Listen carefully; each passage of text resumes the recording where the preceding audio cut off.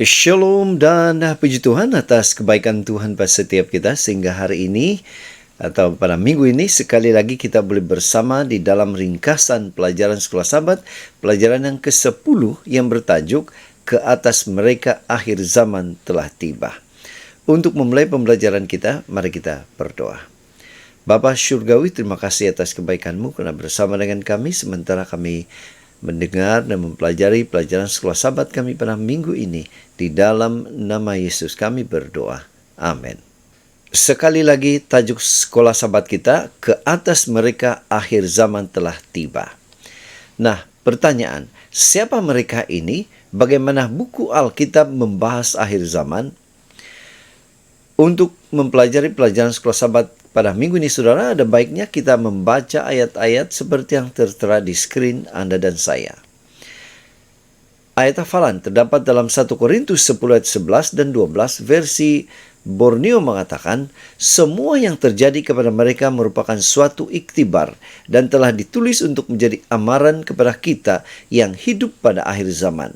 Sesiapa yang menyangka dirinya berdiri tegap, berhati-hatilah supaya tidak jatuh. Pendahuluan Sekolah Sabat. Dalam beberapa kesempatan, Yesus berbicara tentang akhir dunia kita. Ketika membicarakan topik ini, dia memberikan contoh peristiwa-peristiwa ketika Tuhan terpaksa memusnahkan dunia zaman sebelum air bah serta kota-kota Sodom, Gomora, Admah, dan Ziboim. Dua peristiwa bersejarah ini sangat penting dalam kehidupan umat manusia.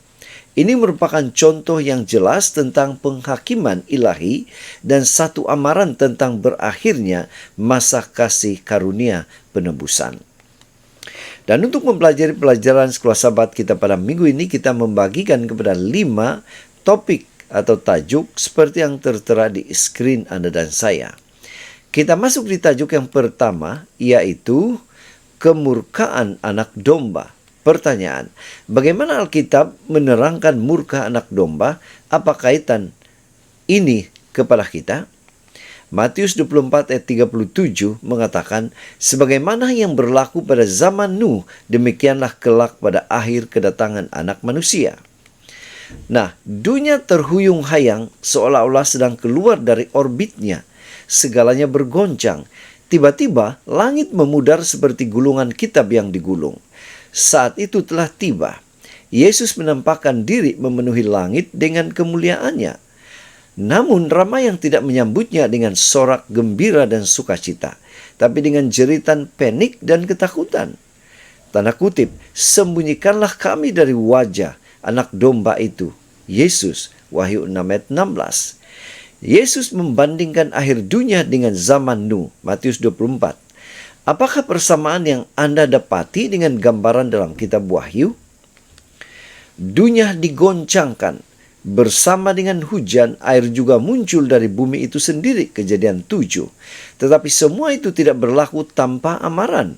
Selama 120 tahun, pemberitaan kebenaran telah memberi amaran tentang banjir yang akan datang. Kejadian 6 ayat 3, 2 Petrus 2 ayat 5. Demikian juga, sejak akhir abad ke-18, orang telah memberitakan tentang kedatangan Yesus yang semakin hampir.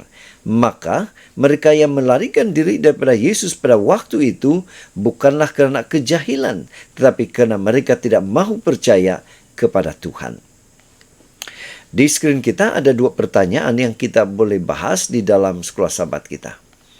Kita masuk di tajuk yang kedua, yaitu penginjilan Nuh.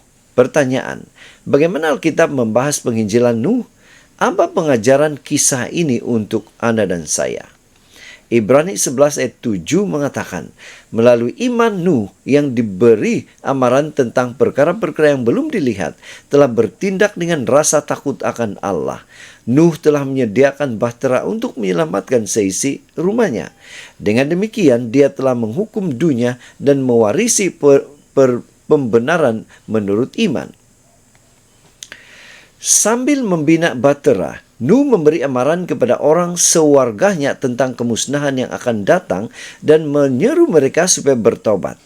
7 hari sebelum peristiwa itu berlaku, Nuh masuk ke dalam bahtera dan Tuhan menutup pintunya. Walaupun mereka menyaksikan peristiwa-peristiwa luar biasa, seperti pelbagai jenis binatang yang masuk secara aman ke dalam bahtera, mereka tetap meneruskan kegiatan harian mereka. Tiada seorang pun yang mahu masuk ke dalam bahtera sebelum pintunya ditutup. Nah, peristiwa dunia pada masa ini memberi amaran kepada kita tentang kedatangan Yesus yang semakin hampir. Adalah menjadi tanggung jawab kita untuk memberi amaran kepada dunia ini dan memberikan mereka peluang untuk menerima Yesus sebelum pintu kasihan atau pintu kasih karunia ilahi ditutup. Ramai akan mencemuh, tapi ada juga yang akan menerima. Kuatkan semangatmu, karena penuaian akhir nanti akan jauh lebih besar daripada apa yang dituai oleh Nuh. Nah, di skrin kita ada 2 pertanyaan yang kita boleh bincang di dalam kelas-kelas sahabat kita. Kita masuk di tajuk yang ketiga, yaitu kisah Sodom dan Gomora.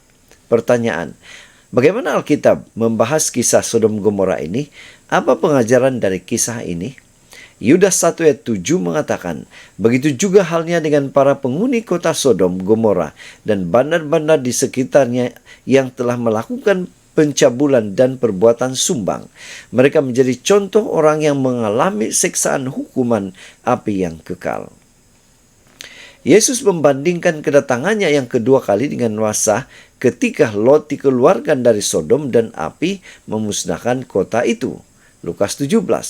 Jika perbandingan dengan zaman Nuh berbicara kepada kita tentang ketidakpercayaan, maka zaman Lot berbicara tentang ketiadaan moral dan kemerosotan sosial. Hati manusia sejak dahulu lagi jahat adanya, Yeremia 17. Dan Roma 1:24-32. Malah orang Kristen pun pernah melakukan perbuatan yang memalukan. Namun pada masa kini, kejahatan diangkat sebagai kebaikan dan kebaikan dipersendahkan. Hati nurani seperti hati Daud telah menjadi kebas. Dunia kita memerlukan orang seperti Nathan yang membangkitkan hati nurani itu dan menguatkan mereka dengan pesanan ini. Tuhan telah mengampuni dosamu, engkau tidak akan mati. Sahabat yang dikasihi, ada 2 pertanyaan di skrin yang kita boleh bincang di dalam kelas-kelas sahabat kita. Kita masuk di tajuk yang keempat, yaitu Hakim seluruh bumi. Pertanyaan, bagaimana Alkitab menjelaskan bahwa Tuhan adalah Hakim seluruh bumi? Kejadian 18 ayat 21. Aku akan hadir untuk mengamati sama ada perbuatan mereka memang selaras dengan bangkangan yang diteriakkan kepadaku atau tidak. Aku mahu menyelidikinya. Kejahatan Sodom sangat jelas kelihatan. Namun sebelum memusnahkannya, Tuhan menjalankan satu pemeriksaan penghakiman. Seperti yang tertulis dalam Kejadian 18. Ditemani oleh 2 malaikat, dia pergi ke Sodom dan dengan sengaja melalui rumah Abraham. Karena tidak mahu menyembunyikan niatnya daripada Abraham, Tuhan memberitahunya apa yang akan dilakukannya. Kejadian 18, Amos 3. Kemudian sesuatu yang tidak dijangka berlaku. Umat Tuhan sendiri dihakimi.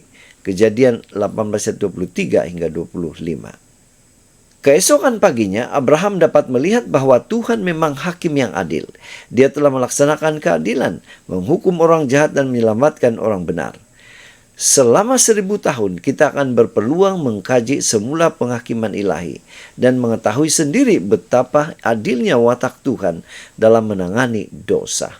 Wahyu 20 ayat 4. Di skrin Anda ada 2 pertanyaan yang kita boleh bincang di dalam kelas-kelas sahabat.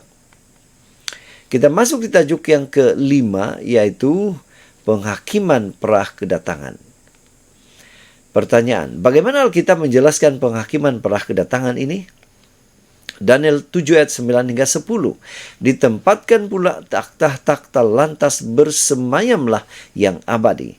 Bersidanglah medan pengabdian dan dibukakan kitab-kitab. Daniel menceritakan satu adegan penghakiman yang berlaku di surga sementara aktiviti manusia di bumi terus berjalan seperti biasa tanpa menyadari apa yang sedang berlaku di sana. Daniel 7 ayat 9 hingga 12. Dalam penghakiman itu, sebelum kedatangan kedua kali, Yesus diakui layak untuk menerima kekuasaan, kemuliaan, dan kedaulatan. Kemudian dia akan datang untuk mengakhiri sejarah dunia ini, Daniel 7:26, dan menjadikan kita waris bersama dalam kerajaan kekalnya, Daniel 7:27. Adakah Tuhan perlu mengadakan penghakiman untuk menentukan siapa yang diselamatkan? Jawabannya adalah tidak. Tapi para malaikat perlu mengetahuinya. Itulah sebabnya dia mengutus malaikat ke Sodom untuk menyiasat sebelum memusnahkannya. Waktu di antara berakhirnya penghakiman dan kedatangan kedua digambarkan oleh peristiwa-peristiwa pintu bahtera yang ditutup 7 hari sebelum air bah datang. Setiap kes sudah diputuskan dan kasih karunia ilahi telah menutupi segala yang berpaut kepadanya. Yakobus 2 ayat 12 hingga 13, 1 Yohanes 4 ayat 17. Di skrin Anda dan saya ada 2 pertanyaan yang kita boleh bincang di dalam kelas-kelas Sabat. Pena Inspirasi juga menjelaskan, jika orang-orang kudus dalam perjanjian lama sepatutnya menjadi terang yang bersinar kepada dunia, maka kita wajib bersinar lebih terang daripada mereka. Karena kita memiliki semua terang yang mereka miliki, yang menyadari jalan kita dari nubuatan-nubuat masa lalu. Dan juga terang tambahan yang telah datang kepada kita melalui kehidupan Kristus. Nubuat yang lebih lengkap menyatakan Jehovah yang sebenarnya kepada mereka yang hidup pada zaman akhir dunia. Tuhan mempunyai terang yang istimewa pada zaman ini. Satu perkabaran khas untuk disampaikan melalui pengistiharan perkabaran malaikat yang ketiga, yaitu perintah-perintah Allah dan kesaksian Yesus Kristus. Kesimpulan dari pelajaran sekolah Sabat kita pada minggu ini ialah, pertama, penghakiman Allah itu adil dan terbuka. Amin. Allah tidak menghukum tanpa penyiasatan seperti yang berlaku di Sodom. Tuhan menjalankan penyiasatan terlebih dahulu. Kejadian 18:21.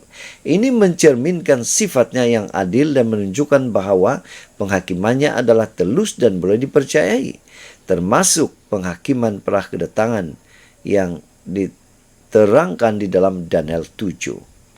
Kedua, kerusakan akhlak adalah tanda akhir zaman. Zaman Lot dan Nuh mencerminkan 2 krisis besar, penolakan kebenaran dan keruntuhan moral. Dunia hari ini menunjukkan tanda yang serupa, yaitu kejahatan ditinggikan sebagai kebaikan dan hati nurani menjadi tumpul. Ini menunjukkan bahwa kita sedang hidup dalam masa yang genting sebelum kedatangan Kristus. Ketiga, tanggung jawab umat Allah menjadi pembawa cahaya dan bersaksi. Umat Tuhan hari ini dipanggil untuk bersinar lebih terang daripada orang zaman dahulu karena kita mempunyai terang Kristus dan message akhir zaman. Itu terutama message malaikat ketiga yang menekankan ketaatan kepada perintah Tuhan dan kesaksian Yesus. Kita dipanggil untuk menjadi seperti Nabi Nathan, membangkitkan hati nurani dan membawa harapan untuk pengampunan. Sahabat yang dikasihi dalam Kristus, sekian saja ringkasan pelajaran sekolah Sabat kita pada minggu ini. Semoga ini boleh membantu kita di dalam mempelajari pelajaran sekolah Sabat kita. Tuhan memberkati kita.